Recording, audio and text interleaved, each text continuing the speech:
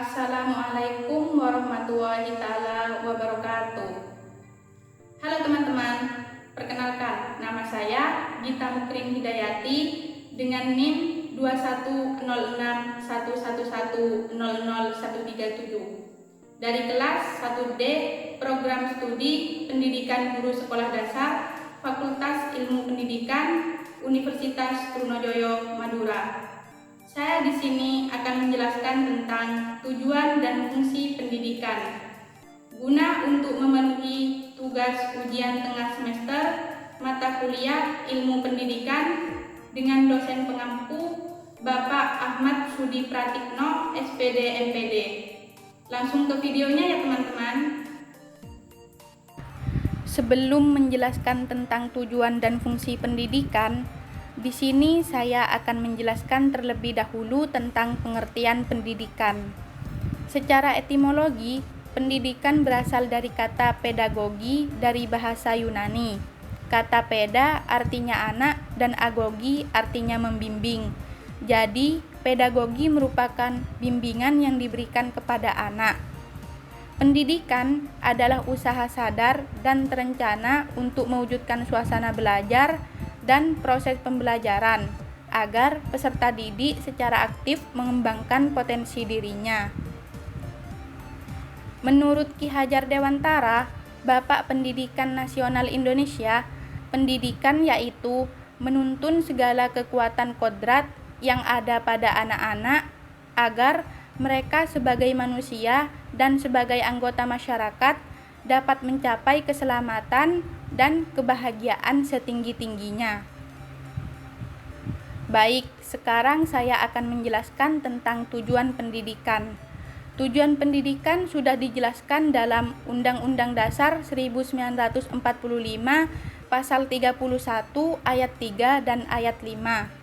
Dalam Pasal 31 Ayat 3 menyebutkan pemerintah mengusahakan dan menyelenggarakan satu sistem pendidikan nasional yang meningkatkan keimanan dan ketakwaan serta akhlak mulia dalam rangka mencerdaskan kehidupan bangsa yang diatur dalam undang-undang.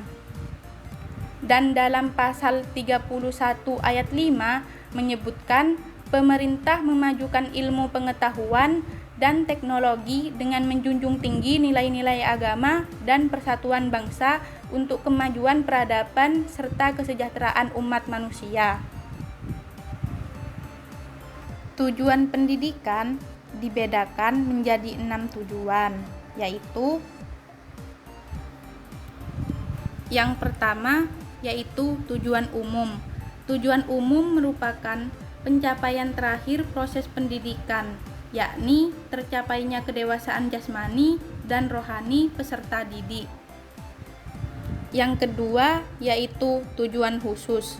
Tujuan khusus merupakan tujuan tertentu yang akan dicapai berdasarkan umur, jenis kelamin, sifat, minat, bakat, inteligensi, lingkungan sosial budaya, tahapan perkembangan, tuntutan, syarat pekerjaan, dan lain-lain. Yang ketiga, tujuan tidak lengkap.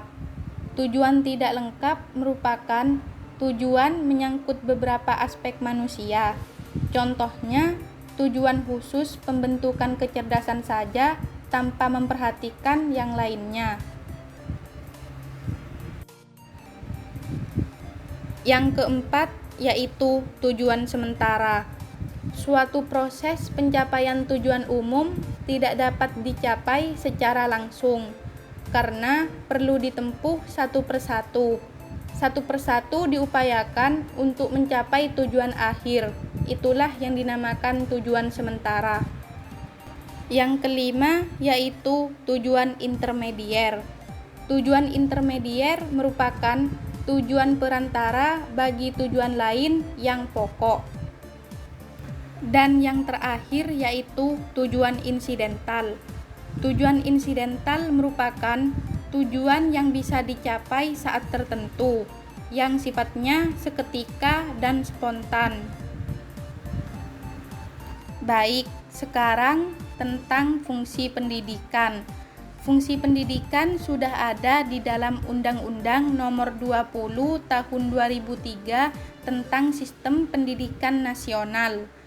Fungsi pendidikan yaitu pasal 3 yang menyatakan bahwa pendidikan nasional berfungsi mengembangkan kemampuan dan membentuk watak serta peradaban bangsa yang bermartabat dalam rangka mencerdaskan kehidupan bangsa yang bertujuan untuk mengembangkan potensi peserta didik agar menjadi manusia yang beriman dan bertakwa kepada Tuhan Yang Maha Esa, berakhlak mulia, sehat, berilmu, cakap, kreatif, mandiri, dan menjadi warga negara yang demokratis dan bertanggung jawab.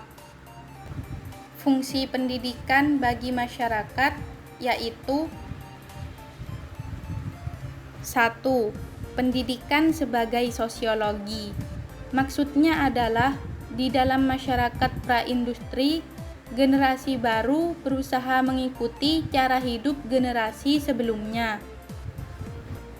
2. Pendidikan sebagai alat kontrol. Maksudnya adalah mematuhi norma-norma yang ada. 3. Pendidikan sebagai pelestarian budaya.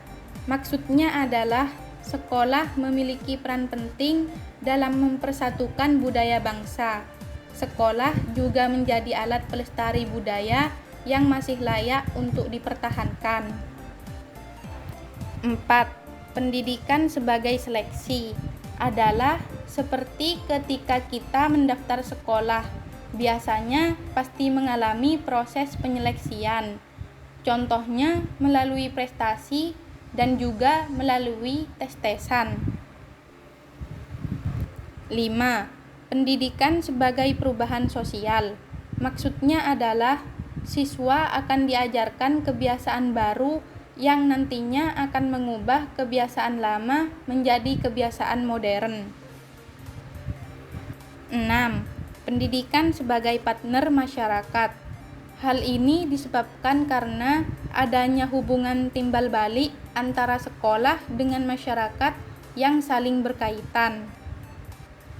Adapun fungsi pendidikan bagi pemerintah yakni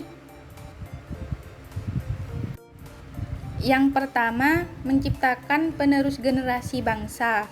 Yang kedua, menjadi alat untuk mengukur kepedulian terhadap generasi bangsa.